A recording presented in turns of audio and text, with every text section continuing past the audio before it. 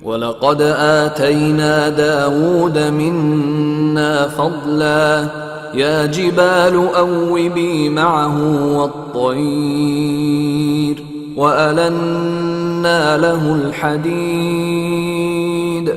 أَنِ اعْمَلْ سَابِغَاتٍ وَقَدِّرْ فِي السَّرْدِ وَاعْمَلُوا صَالِحًا إِنِّي بِمَا تَعْمَلُونَ بَصِيرٌ وَلِسُلَيْمَانَ الرِّيحَ غُدُوُّهَا شَهْرٌ وَرَوَاحُهَا شَهْرٌ وَأَسَلْنَا لَهُ عَيْنَ الْقِطْرِ وَمِنَ الْجِنِّ مَن يَعْمَلُ بَيْنَ يَدَيْهِ بِإِذْنِ رَبِّهِ وَمَن يَزِغْ مِنْهُمْ عَنْ أَمْرِنَا نُذِقْهُ مِنْ عَذَابِ السَّعِيرِ يَعْمَلُونَ لَهُ مَا يَشَاءُ مِنْ مَحَارِيبَ وَتَمَاثِيلَ وَجِفَانٍ كَالْجَوَابِ وَقُدُورٍ رَّاسِيَاتٍ اعْمَلُوا آلَ دَاوُودَ شُكْرًا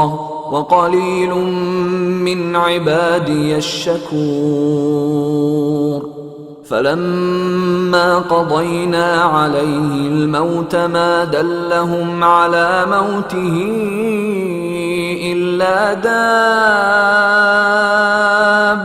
الْأَرْضِ تَأْكُلُ مِنْ سَأَتَهُ فَلَمَّا خَرَّ تَبَيَّنَتِ الْجِنُّ أَن لَّوْ كَانُوا يَعْلَمُونَ الْغَيْبَ مَا لَبِثُوا فِي الْعَذَابِ الْمُهِينِ. الحمد لله وحده والصلاة والسلام على من لا نبي بعده حمدا كثيرا طيبا مباركا فيه نحمدك يا من أوضحت لنا سبل الهداية وأسهت عن بصائرنا غشاوة الغوايا ونصلي ونسلم على من أرسلته شاهدا ومبشرا ونذيرا وداعيا إلى الله بإذنه وسراجا منيرا. സ്നേഹം നിറഞ്ഞ ലയന്തി ഖുർആൻ പഠിതാക്കളെ, അള്ളാഹുവിൻ്റെ അതിമഹത്തായ അനുഗ്രഹം കൊണ്ട് കഴിഞ്ഞ ക്ലാസ് വരെ സൂറത്തു സബഇൻ്റെ 9 വരെയുള്ള വചനങ്ങളാണ് നമ്മൾ പഠന വിധേയമാക്കിയിട്ടുള്ളത്. ഇൻഷാ അല്ലാഹ് ഇന്ന് 10 മുതലുള്ള വചനങ്ങളാണ് പഠിക്കാൻ ഉദ്ദേശിക്കുന്നത്. ഇന്ന് പഠിക്കുന്ന ആയത്തുകളാണ് മുകളിൽ നമ്മൾ ഓതി കേട്ടിട്ടുള്ളത്. സൂറത്തു സബയിൽ ഇതുവരെ പറഞ്ഞതിൻ്റെ ചുരുക്കം: അല്ലാഹു സുബ്ഹാനഹു തആല ഇഹലോകത്തും പരലോകത്തും എല്ലാ സ്തുതികളും അള്ളാഹുവിനാണെന്നും അവൻ സൂക്ഷ്മജ്ഞാനിയും യുക്തിമാനുമൊക്കെയാണ്. മാത്രമല്ല, പ്രപഞ്ചത്തിലെ 4 മേഖലകളെക്കുറിച്ചുള്ള പഠനം, അറിവ് അള്ളാഹു പഠിപ്പിച്ചു. അന്ത്യനാൾ എന്നത് അനിവാര്യമായൊരു കാര്യമാണെന്നും ഓരോ മനുഷ്യൻ ചെയ്യുന്ന ദർറത്ത് പോലും അള്ളാഹു അറിയാതെ പോകുന്നില്ല, അണുവളവ് പോലും അള്ളാഹു ലൗഹുൽ മഹ്ഫൂദിൽ രേഖപ്പെടുത്തുന്നുണ്ട്, ഒന്നും വിട്ടുപോകുന്നില്ല എന്നതിനെക്കുറിച്ചും ഈമാനും സ്വാലിഹായ അമലുള്ളവർക്ക് പരലോകത്ത് പാപമോചനവും സ്വർഗത്തിൽ ഉപജീവന മാർഗവും അള്ളാഹു സുബ്ഹാനഹു തആല നൽകും എന്നതിനെക്കുറിച്ചുമൊക്കെ ആദ്യത്തെ ക്ലാസ്സിൽ നമ്മൾ വിശദീകരിച്ചിരുന്നു. അതോടൊപ്പം തന്നെ യഥാർത്ഥ അറിവുള്ളവർ, യഥാർത്ഥ ഇൽമുള്ളവർ ഖുർആൻ അള്ളാഹുവിൽ നിന്നുള്ള സത്യമാണെന്ന് അംഗീകരിക്കുന്നവരാണ്. ഇതാണ് കഴിഞ്ഞ ക്ലാസ്സിൽ നമ്മൾ പറഞ്ഞതിൻ്റെ ചുരുക്കം. അതോടൊപ്പം ബഅസ് സംഭവിക്കുമ്പോൾ പുനരുദ്ധാനത്തെ പരിഹസിച്ച ഖുറൈശികൾക്ക് ഖുർആൻ നൽകിയ ശക്തമായ മറുപടിയും അള്ളാഹു സുബ്ഹാനഹു തആല ഈ ആയത്തിലൂടെ വിശദീകരിക്കുന്നുണ്ട്. ആകാശഭൂമികളിലെ സാക്ഷിയാക്കി അള്ളാഹു നൽകുന്ന അന്തിമ താക്കീതും അള്ളാഹുവിലേക്ക് ഖേദിച്ചു മടങ്ങുന്ന അബ്ദുൻ മുനീബ് എന്ന് പറഞ്ഞത് കഴിഞ്ഞ ക്ലാസ്സിൽ അവസാന ഭാഗത്ത് നമ്മളത് സൂചിപ്പിച്ചിട്ടുണ്ടായിരുന്നു. ആ സത്യവിശ്വാസികളായ അബ്ദുൻ മുനീബ് എന്ന് പറഞ്ഞാൽ അള്ളാഹുവിൻ്റെ ദൃഷ്ടാന്തങ്ങളൊക്കെ മനസ്സിലാക്കി മനസ്സുകൊണ്ട് അള്ളാഹുവിലേക്ക് മടങ്ങുന്ന സത്യവിശ്വാസികളായ ആളുകളെക്കുറിച്ചാണ് ആ നിലക്ക് അള്ളാഹു പ്രതിപാദിച്ചിട്ടുള്ളത്. ഇൻഷാ അല്ലാഹ് ഇന്നത്തെ ക്ലാസ്സിൽ നമ്മൾ 10ാമത്തെ വചനമാണ് പഠിക്കുന്നത്. അള്ളാഹു സുബ്ഹാനഹു തആല പറയുന്നു, ആ വചനത്തിൻ്റെ വാക്കർത്ഥത്തിലേക്ക് കടക്കാം. വലഖദ് ആതൈന, തീർച്ചയായും നാം നൽകിയിട്ടുണ്ട്, ദാവൂദിന് മിന്ന, നമ്മളിൽ നിന്ന്, അല്ലെങ്കിൽ നമ്മുടെ വക, ഫളലൻ, ഒരനുഗ്രഹം, ദയവ്, അല്ലെങ്കിൽ ശ്രേഷ്ഠത നൽകിയിട്ടുണ്ട്. യാ ജിബാലു, ഹേ പർവ്വതങ്ങളെ, മലകളെ, അബ്ബിബി, കീർത്തനം ആവർത്തിക്കുക, മടക്കി ചെയ്യുക, മഅഹു, അദ്ദേഹത്തോടൊപ്പം, വത്വയ്റ, പക്ഷികളും ഒന്നിച്ച് പക്ഷികളോടും വിളിച്ചു പറഞ്ഞു, വ അലന്ന, നാം മയപ്പെടുത്തി അല്ലെങ്കിൽ മൃദുവാക്കി കൊടുക്കുകയും ചെയ്തു, ലഹു, അദ്ദേഹത്തിന്, അൽ ഹദീദ, ഇരുമ്പ്. അല്ലാഹു സുബ്ഹാനഹു വ തആല 10-ാമത്തെ ആയത്തിലൂടെ പറയുന്നത്, ദാവൂദിന് നാം നമ്മുടെ വകയായി ഒരു പ്രത്യേക അനുഗ്രഹം, ഒരു പ്രത്യേക ശ്രേഷ്ഠത നൽകുകയുണ്ടായിട്ടുണ്ട്. അതായത് പർവ്വതങ്ങളെ അദ്ദേഹത്തോടൊപ്പം പക്ഷികളും ഒന്നിച്ച് കീർത്തനമാവർത്തിക്കുക എന്ന് പറഞ്ഞു. അദ്ദേഹം നാം ഇരുമ്പ് മയപ്പെടുത്തി കൊടുക്കുകയും ചെയ്തു എന്നാണ് അല്ലാഹു സുബ്ഹാനഹു വ തആല പറയുന്നത്. എന്താണ് ഈ ആയത്തിൽ പറഞ്ഞത്? ഫള് എന്ന് പറഞ്ഞത്, ശ്രേഷ്ഠത എന്ന് പറഞ്ഞത് അള്ളാഹു ദാവൂദ് നബിക്ക് നൽകിയ പ്രത്യേക അനുഗ്രഹങ്ങളെയാണ് സൂചിപ്പിച്ചിട്ടുള്ളത്. പ്രവാചകത്വം അള്ളാഹു ദാവൂദ് നബിക്ക് നൽകിയ പ്രത്യേക അനുഗ്രഹമാണ്. സബൂർ എന്ന വേദഗ്രന്ഥം അള്ളാഹു നൽകിയ അനുഗ്രഹമാണ്. അതുപോലെ നല്ല ശബ്ദം അള്ളാഹു നൽകിയ അനുഗ്രഹമാണ്. നീതിപൂർവമായ ഭരണാധികാരം അള്ളാഹു നൽകിയ അനുഗ്രഹമാണ്. ഇതൊക്കെ അതിൽ ഉൾപ്പെടുന്ന കാര്യമാണ്. പർവ്വതങ്ങളും പക്ഷികളെയും തസ്ബീഹ് ചെയ്യാൻ, അതുപോലെ തന്നെ ദാവൂദ് അലൈഹിസ്സലാം തസ്ബീഹ് ചെല്ലുമ്പോഴും സബൂർ പാരായണം ചെയ്യുമ്പോഴും ഒക്കെ പർവ്വതങ്ങളും പക്ഷികളും അദ്ദേഹത്തോടൊപ്പം അള്ളാഹുവിനെ സ്തുതിച്ചുകൊണ്ട് ഏറ്റുചൊല്ലുമായിരുന്നു എന്നതാണ് അവിടെ പറഞ്ഞിട്ടുള്ളത്. എന്നാൽ തസ്ബീഹിലേക്ക് മടങ്ങുക, ഏറ്റുചൊല്ലുക എന്നാണ് നമ്മൾ ആ അവ്വിബി എന്ന് പറഞ്ഞതിൻ്റെ അർത്ഥം. അതുപോലെ തന്നെ ഇരുമ്പ് മൃദുവാക്കി കൊടുത്തു, വഅന്നാ ലഹുൽ ഹദീദ് എന്ന് പറഞ്ഞത് തീയിലിട്ട് പഴിപ്പിക്കുകയോ ഉപകരണങ്ങൾ ഉപയോഗിച്ച് തല്ലി പരത്തി എടുക്കുകയോ ചെയ്യാതെ തന്നെ ദാവൂദ് നബി അലൈഹി സ്വലാമക്ക് കയ്യിലെടുക്കുമ്പോൾ മെഴുകുപോലെ ഇരുമ്പ് മൃദുവായി മാറിയിരുന്നു എന്നതാണ് അതിൽ നിന്ന് പഠിക്കുന്നത്, നമുക്ക് മനസ്സിലാക്കാൻ കഴിയുന്നത്. അത് അദ്ദേഹത്തിന് അള്ളാഹു നൽകിയ ഒരു വലിയ അത്ഭുത സിദ്ധിയാണ്, അഥവാ മുഅ്ജിസത്താണ്. ഇതാണ് ഈ ആയത്തിലൂടെ പറഞ്ഞിട്ടുള്ളത്. ധാരാളം അനുഗ്രഹങ്ങൾ നൽകിയിട്ടുണ്ട്. എന്നിട്ട് അടുത്ത ആയത്ത് 11-ാമത്തെ വചനത്തിലൂടെ പഠിപ്പിക്കുന്നത് അനിഅമൽ, വീണ്ടും പറയുകയാണ്, നിർമ്മിക്കുക എന്ന്, സാബിഗാത്തിൻ, വിശാലമായവേ, വഖദ്ദിർ, അതുപോലെ തോതു വെക്കണം അല്ലെങ്കിൽ കണക്കാക്കി ഉണ്ടാക്കണമെന്നും, ഫിസ്സർദി, മടച്ചിലിൽ അല്ലെങ്കിൽ നെയ്ത്തിൽ, വഅമലൂ, നിങ്ങൾ പ്രവർത്തിക്കണമെന്നും, സ്വാലിഹൻ, സൽക്കർമ്മം, ഇന്നി, നിശ്ചയമായും ഞാൻ, ബിമാ തഅമലൂന, നിങ്ങൾ പ്രവർത്തിക്കുന്നതിനെ പറ്റി, ബസീർ, കണ്ടറിയുന്നവനാകുന്നു. എന്താണ് അള്ളാഹു പറയുന്നത്? നാം കൽപ്പിച്ചു വിശാലമായവയെ, വലിയ പടയങ്കികളെ നിർമ്മിക്കുക, കണ്ണികൾ മടയുന്നതിൽ തോത് കണക്കാക്കുകയും ചെയ്യുക എന്ന്.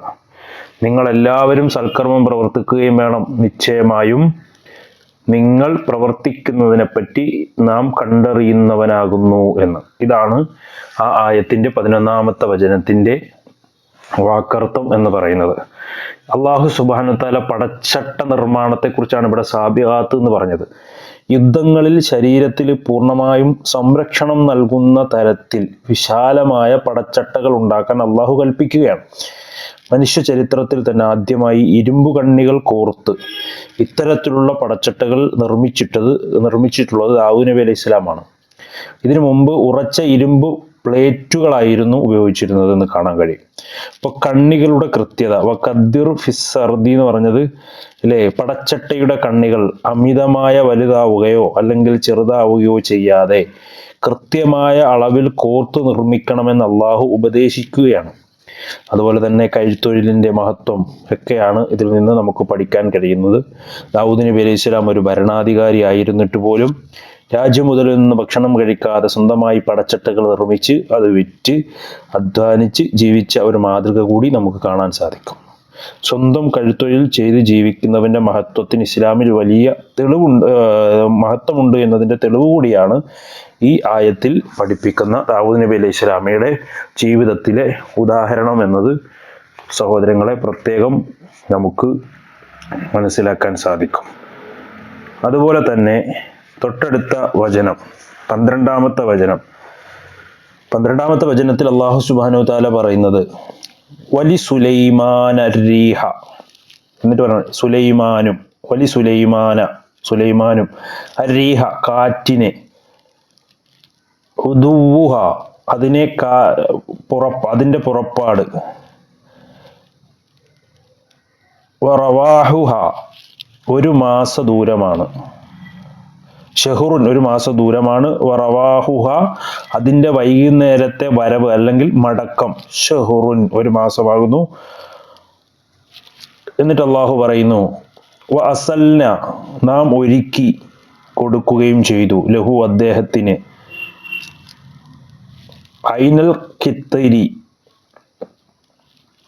ചെമ്പു ദ്രാവകത്തിൻ്റെ ഉറവ് ഒ മിനൽ ജിന്നി ജിന്നിൽപ്പെട്ടവരാണ് അല്ലെങ്കിൽ ജിന്നിൽ നിന്നും മൻ ചിലർ കീഴ്പ്പെടുത്തി യഅമലു പ്രവൃത്തിയെടുക്കുന്ന ബൈന യദൈഹി അദ്ദേഹത്തിൻ്റെ മുമ്പിൽ അല്ലെങ്കിൽ അദ്ദേഹത്തിൻ്റെ സാന്നിധ്യത്തിൽ ബിഇദ്നി റബ്ബിഹി തൻ്റെ റബ്ബിൻ്റെ ഉത്തരവനുസരിച്ച് അല്ലെങ്കിൽ അനുവാദം കൊണ്ട് ഒമയ്യസ് ആരെങ്കിലും തെറ്റിപ്പോയാൽ മിൻഹും അവരിൽ നിന്ന് തെറ്റിപ്പോയാൽ അൻ അംബ്രിന നമ്മുടെ കൽപ്പന വിട്ട് നുദിക്കുഹു നാം അവനെ ആസ്വദിപ്പിക്കും മിൻ അദാബി ശിക്ഷയിൽ നിന്ന് അസ്സഗീർ ജ്വലിക്കുന്ന തീയിൻ്റെ ശിക്ഷയിൽ നിന്ന് ആസ്വദിപ്പിക്കുന്നതാണ്. ഇതാണ് അല്ലാഹു സുബ്ഹാനഹു 12-ാമത്തെ വചനത്തിലൂടെ പഠിപ്പിക്കുന്നത്. അതിൻ്റെ അർത്ഥം 12-ാമത്തെ വചനത്തിൻ്റെ വാക്കർത്ഥമാണ് നമ്മൾ ശ്രദ്ധിച്ചത്. അതിൻ്റെ അർത്ഥം മൊത്തത്തിൽ നോക്കാം. സുലൈമാന് കാറ്റിനെയും കീഴ്പ്പെടുത്തി കൊടുത്തു. അതിൻ്റെ കാലത്തെ പോക്ക് ഒരു മാസത്തെ ദൂരവും അതിൻ്റെ വൈകുന്നേരത്തെ വരവ് ഒരു മാസത്തെ ദൂരവുമാകുന്നു. അദ്ദേഹത്തിന് നാം ചെമ്പു ദ്രാവകത്തിൻ്റെ ഉറവ് ഒഴുക്കിക്കൊടുക്കുകയും ചെയ്തു. തൻ്റെ റബ്ബിൻ്റെ ഉത്തരവനുസരിച്ച് അദ്ദേഹത്തിൻ്റെ മുന്നിൽ വെച്ച് പ്രവൃത്തിയെടുക്കുന്നവരിൽ ജിന്നുകളിൽപ്പെട്ടവരും ഉണ്ടായിരുന്നു. അവരിൽ ജിന്നുകളിൽ നിന്ന് ആരെങ്കിലും നമ്മുടെ കൽപ്പന വിട്ടു തെറ്റിപ്പോകുന്ന പക്ഷം നാം അവന് ജ്വലിക്കുന്ന അഗ്നിയുടെ ശിക്ഷയിൽ നിന്ന് ആസ്വദിപ്പിക്കുന്നതാകുന്നു. ഇതാണ് അല്ലാഹു സുബ്ഹാനഹു വ തആല 12-ാമത്തെ വചനത്തെ സുലൈമാൻ നബി അലൈഹി സ്വലാമയുടെ വിഷയവുമായി ബന്ധപ്പെട്ട് സൂചിപ്പിക്കുന്നതായി നമുക്ക് കാണാൻ സാധിക്കുന്നത്. ഇവിടെ പറഞ്ഞതിൻ്റെ അർത്ഥം കാറ്റിൻ്റെ വേഗതയും യാത്രയും കുറിച്ചാണ്. ഇപ്പൊ സുലൈമാൻ നബി അലൈഹി ഇസ്ലാമിനും സൈന്യത്തിനും സഞ്ചരിക്കാൻ അള്ളാഹു കാറ്റിനെ കീഴൊതുക്കി കൊടുത്തു എന്നത് കാണാൻ സാധിക്കും. രാവിലെ മുതൽ ഉച്ച വരെ കൊണ്ട് സാധാരണ ഒരു മാസം കൊണ്ട് സഞ്ചരിക്കുന്ന ദൂരം ഉച്ചയ്ക്ക് ശേഷം വൈകുന്നേരം വരെ കൊണ്ട് അടുത്ത ഒരു മാസം ദൂരം സഞ്ചരിക്കാൻ കാറ്റ് സഹായിച്ചിരുന്നു എന്നതാണ് ഇതുകൊണ്ട് ഉദ്ദേശിക്കുന്നത്. അഥവാ ഒറ്റ ദിവസം കൊണ്ട് 2 മാസത്തെ യാത്ര നിർവഹിക്കാൻ കഴിഞ്ഞിരുന്നു. ഇതാണ്. അതുപോലെ തന്നെ ഐനൽ കിത്തിരി എന്ന് പറഞ്ഞാൽ ചെമ്പ് ഉറവ. ഇപ്പൊ കിണറ്റിൽ നിന്ന് വെള്ളം ഉറവെടുക്കുന്നത് പോലെ തന്നെ സുലൈമാൻ നബി അലൈഹി സ്വലാമിന് വേണ്ടി അള്ളാഹു ഒരുക്കിയ ചെമ്പ് ഭൂമിയിൽ നിന്ന് ഒഴുക്കി കൊടുത്തു എന്നതാണ് കാണാൻ സാധിക്കുന്നത്. ഇതും നമുക്ക് കാണാം. അതുപോലെ തന്നെ ജിന്നുകളുടെ അടിമത്തം യമനിലെ സനായിലായിരുന്നു ഇതൊന്ന് ഈ ഒഴുക്കി കൊടുത്തത് എന്നൊക്കെയുള്ള തഫ്സീറുകളിൽ അതിൻ്റെ വിശദീകരണങ്ങൾ കാണാൻ സാധിക്കും. പോട്ടെ, മറ്റൊരു കാര്യം ജിന്നുകളുടെ അടിമത്തത്തെക്കുറിച്ചാണ്. ജിന്നുകളെ സുലൈമാൻ നബി അലൈഹി സ്വലാമിൻ്റെ കീഴിൽ അള്ളാഹു ജോലിക്ക് നിയോഗിച്ചുവെന്നും അള്ളാഹുവിൻ്റെ കൽപ്പന ലംഘിക്കുന്ന ജിന്നുകൾക്ക് അപ്പോൾ തന്നെ കഠിനമായ ശിക്ഷ നൽകപ്പെടുകയും ചെയ്തിരുന്നു എന്നാണ് ഈ ആയത്തിൽ പറഞ്ഞതിൻ്റെ ആശയം. അള്ളാഹു സുബ്ഹാനഹു വ തആല വല്ലാഹു അഅലം. ഇതാണ് അതിൽ നിന്ന് മനസ്സിലാക്കാൻ കഴിയുന്നത്. അതിൻ്റെ വിശദീകരണങ്ങൾ അമാനുവൽവിയുടെ അതിൻ്റെ 12-ാമത്തെ വചനത്തിൻ്റെ വിശദീകരണം വായിച്ച് നമുക്ക് മനസ്സിലാക്കാൻ സാധിക്കുന്നതാണ്. അതിനുശേഷം 13-ാമത്തെ വചനത്തിലേക്ക് പ്രവേശിക്കുമ്പോൾ യഅമലൂന ലഹു അല്ലാഹു സുബ്ഹാനഹു വ തആല യഅമലൂന അവർ പണിതിരുന്നു, പ്രവർത്തിച്ചിരുന്നു ലഹു അദ്ദേഹത്തിന് മാ യശാഉ അദ്ദേഹം ഉദ്ദേശിക്കുന്നത് മിൻ മഹാരീബ മെഹ്റാബ് അഥവാ മണ്ഡപം മന്ദിരം, തമാസീല പ്രതിമകളായും, വജിഫാനിൻ തൊട്ടിപ്പാത്രങ്ങളായും, കൽ ജവാബി തലങ്ങൾ പോലെയുള്ള അല്ലെങ്കിൽ ജലാശയങ്ങൾ പോലെയുള്ള, കുദൂരിൻ അതുപോലെ തന്നെ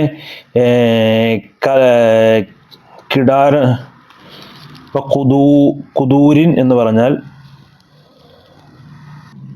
പാചകപാത്രങ്ങൾക്കാണ് പറയാ.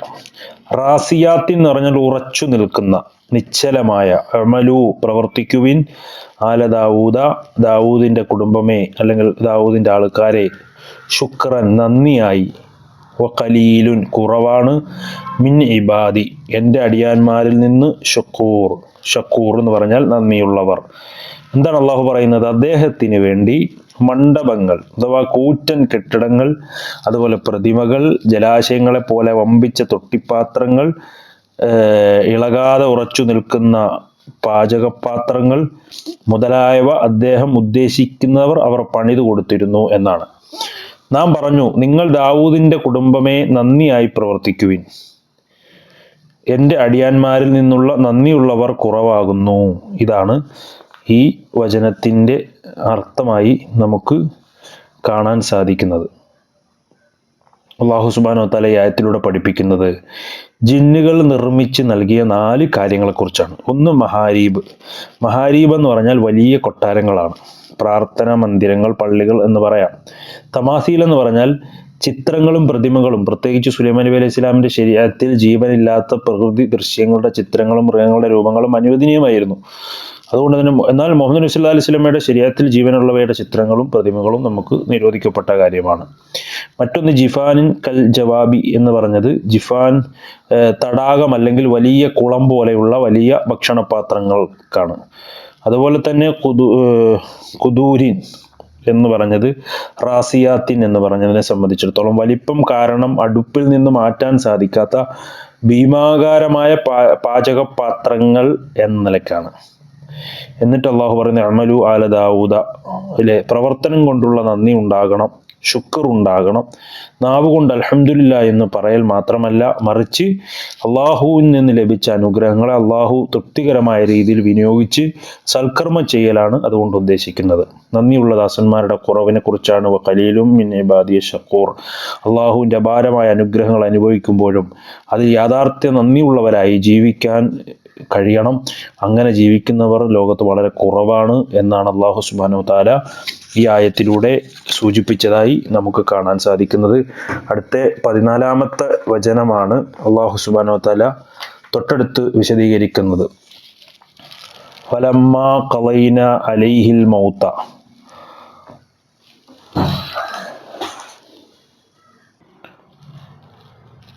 ഫലമ്മാ ഖളൈന അങ്ങനെ നാം വിധിച്ചപ്പോൾ, അലൈഹി അദ്ദേഹത്തിൻ്റെ മേൽ, അൽ മൗത്ത മരണത്തെ അല്ലെങ്കിൽ മരണം, മാ ദല്ലഹും അവർക്ക് അറിയിച്ചില്ല, അലാ മൗത്തിഹി അദ്ദേഹത്തിൻ്റെ മരണത്തെപ്പറ്റി, ഇല്ല ദാബത്തുൽ അർളി ചിതൽ ജീവിയല്ലാതെ, ഭൂമിയിലെ ഈ ജീവിയല്ലാതെ, തഉക്കുലു തിന്നുകൊണ്ടിരുന്ന, മിൻ സഅതഹു അദ്ദേഹത്തിൻ്റെ വടി, ഊന്നുവടി. ഫലമ്മാ ഹറ അങ്ങനെ അദ്ദേഹം നിലം പതിച്ചപ്പോൾ, തബയ്യനതി വ്യക്തമായി മനസ്സിലായി, അൽ ജിന്നു, ഹറ തബയ്യനതി എന്നതാണ് അവിടെ കാണാൻ സാധിക്കുന്നത്. വ്യക്തമായി മനസ്സിലാക്കിയാൽ ജിന്നുകൾ, അല്ലൗ കാനു അവരായിരുന്നുവെങ്കിൽ എന്ന്, യഅലമൂന അറിയുമായിരുന്നുവെങ്കിൽ, അൽ ഗൈബ അദൃശ്യകാര്യം, മാ ലബിസു അവർ കഴിഞ്ഞുകൂടുമായിരുന്നില്ല, ഫിൽ അദാബി ശിക്ഷയിൽ, അൽ മുഹീൻ നിന്ദ്യകരമായ അപമാനകരമായ. അല്ലാഹു സുബ്ഹാനഹു വ തആല പറയുന്നത്, അങ്ങനെ അദ്ദേഹത്തിൻ്റെ മേൽ നാം മരണം വിധിച്ചപ്പോൾ, അദ്ദേഹത്തിൻ്റെ മരണത്തെക്കുറിച്ച് അദ്ദേഹത്തിൻ്റെ വടി തിന്ന് നശിപ്പിച്ചുകൊണ്ടിരുന്ന ചിതൽ ജീവിയല്ലാതെ മറ്റാരും അവർക്കത് അറിവ് നൽകുകയുണ്ടായിട്ടില്ല. എന്നിട്ട് അദ്ദേഹം മരണശേഷം നിലം പതിച്ചപ്പോൾ ജിന്നുകൾക്ക് വ്യക്തമായി തങ്ങളുടെ അദൃശ്യകാര്യം അറിയുമായിരുന്നുവെങ്കിൽ തങ്ങൾ ഈ നിന്ദ്യകരമായ ശിക്ഷയിൽ ദുരിതത്തിൽ കഴിഞ്ഞുകൂടേണ്ടി വരുമായിരുന്നില്ല എന്ന്. ഇതാണ് അല്ലാഹു സുബ്ഹാനഹു വ തആല ഈ ആയത്തിലൂടെ സൂചിപ്പിക്കുന്നതായി നമുക്ക് കാണാൻ സാധിക്കുന്നത്. സുലൈമാൻ നബി അലൈഹി ഇസ്ലാമിൻ്റെ മരണം, സുലൈമാൻ നബി അലൈഹി ഇസ്ലാം തൻ്റെ വടിയിൽ, മിൻസഅതുഹു എന്ന് പറഞ്ഞതാണ്, ചാരി നിന്ന് പ്രാർത്ഥനയിലോ നിർമ്മാണ പ്രവർത്തനങ്ങളിലോ നിരീക്ഷണത്തിലോ ആയിരിക്കുമ്പോഴാണ് മരിക്കുന്നത്. മരിച്ച ശേഷവും അള്ളാഹുവിൻ്റെ തൗഫീഖ് കൊണ്ട് അദ്ദേഹം അതേ നിൽപ്പ് തുടർന്നു എന്നാണ്. മരണവിവരം വെളിപ്പെടുത്തിയത് ദാബത്തുൽ അർളി വടിയുടെ അടിഭാഗം ചിതൽ അഥവാ ചിതൽ തിന്ന് ദ്രവിച്ച് ഒടിഞ്ഞു പോകുമ്പോഴാണ് സുലൈമാൻ നബി അലൈഹി സ്വലാം നിലത്ത് വീഴുന്നതും മരിച്ച വിവരം എല്ലാവരും അറിയുന്നതും. ജിന്നുകൾ കൊയ്ബറിയാമെന്നൊക്കെ വിശ്വസിക്കുന്ന ചില ആളുകൾ ലോകത്തുണ്ട്. അത് പാടില്ല എന്നതുകൂടി നമുക്ക് മനസ്സിലാക്കാൻ കഴിയും. ആർക്കും കൊയ്ബറിയില്ല അള്ളാഹുവിനല്ലാതെ. അലിമുൽ ഗൈബി വശഹാദ, അള്ളാഹു മാത്രമാണ് അദൃശ്യം അറിയുന്നത്, ദൃശ്യവും എല്ലാം അറിയുന്നത്. അതുകൊണ്ട് തന്നെ ജിന്നുകൾക്ക് അദൃശ്യജ്ഞാനമില്ല എന്ന ഒരു സന്ദേശം കൂടി ഇവിടെ നമുക്ക് പഠിക്കാൻ കഴിയുകയാണ്. ജിന്നുകൾക്ക് അദൃശ്യ കാര്യങ്ങളും അതുപോലെ ഭാവി കാര്യങ്ങളും അറിയാമെന്നൊരു അന്ധവിശ്വാസം ആളുകൾക്കിടയിൽ ഉണ്ടായിരുന്നു. സുലൈമാൻ നബി അലൈഹി സ്വലാം മരിച്ച് മാസങ്ങളോളം കഴിഞ്ഞിട്ടും ജീവിച്ചിരിപ്പുണ്ട് കരുതി ജിന്നുകൾ കഠിനാധ്വാനം ചെയ്തു എന്നതാണ് നമുക്ക് കാണാൻ സാധിക്കുന്നത്. സുലൈമാൻ നബി അലൈഹി സ്വലാം വീണുപോയപ്പോഴാണ് തങ്ങൾക്ക് അദൃശ്യജ്ഞാനമില്ലെന്ന് ജിന്നുകൾക്കും അവർ അദൃശ്യജ്ഞാനമില്ലെന്ന് മനുഷ്യർക്കും ബോധ്യമാകുന്നത്. ഇതാണ് ഈ ആയത്തിലൂടെ നമുക്ക് പഠിക്കാൻ കഴിയുന്നത്. ഇന്നത്തെ ക്ലാസ്സിൽ നമ്മൾ പഠിച്ചതിൻ്റെ ഒരു ചുരുക്കം എന്ന് പറഞ്ഞാൽ, ഒന്ന്, ദാവൂദ് നബി അലൈഹി സ്വലാമിന് ലഭിച്ച അനുഗ്രഹങ്ങൾ, ഇരുമ്പ് മൃദുവായത്, പക്ഷികളുടെ തസ്ബീഹിനെ കുറിച്ച്, അതുപോലെ പടച്ചട്ട നിർമ്മാണത്തെക്കുറിച്ച്, കഴുത്തൊലിൻ്റെ പ്രാധാന്യത്തെക്കുറിച്ചൊക്കെ നമ്മൾ മനസ്സിലാക്കി. അതുപോലെ 12-13 ആയത്തുകളിൽ സുലൈമാൻ നബി അലൈഹി സ്വലാമിന് ലഭിച്ച അനുഗ്രഹങ്ങൾ, കാറ്റിൻ്റെ വേഗത, അതുപോലെ തന്നെ ചെമ്പ്, ഉറവ, ജിന്നുകളുടെ ആ ജോലി എടുക്കുന്നതിനെ കുറിച്ച്, അടിമത്തത്തെക്കുറിച്ച്, അവരുടെ പ്രവർത്തനത്തെക്കുറിച്ച്, അതുപോലെ ശുക്ർ ചെയ്യുന്നതിനെ കുറിച്ച് ഒക്കെയാണ് സൂചിപ്പിച്ചിട്ടുള്ളത്. പിന്നീട് അവസാനം നമ്മൾ ഈ കഴിഞ്ഞ ആയത്തിൽ 14-ാമത്തെ വചനത്തിൽ സുലൈമാൻ നബി അലൈഹി സ്വലാമിൻ്റെ മരണവും ചിതലിൻ്റെ ആ ഒരു പങ്കും അത് ജിന്നുകൾ അറിഞ്ഞില്ല എന്നും ജിന്നുകൾക്ക് അദൃശ്യജ്ഞാനം ഗൈബായ കാര്യങ്ങൾ ജിന്നുകൾക്കറിയില്ല എന്നതിനെ സംബന്ധിച്ചുമാണ് ഈ ആയത്തിലൂടെ അല്ലാഹു സുബ്ഹാനഹു തആല സൂചിപ്പിച്ചതായി നമുക്ക് കാണാൻ സാധിക്കുന്നത്. സഹോദരങ്ങളെ, 10 മുതൽ 14 വരെയുള്ള വചനങ്ങളാണ് ഇന്നത്തെ ക്ലാസ്സിൽ നമ്മൾ വളരെ പ്രധാനമായും പഠിച്ചിട്ടുള്ളത്.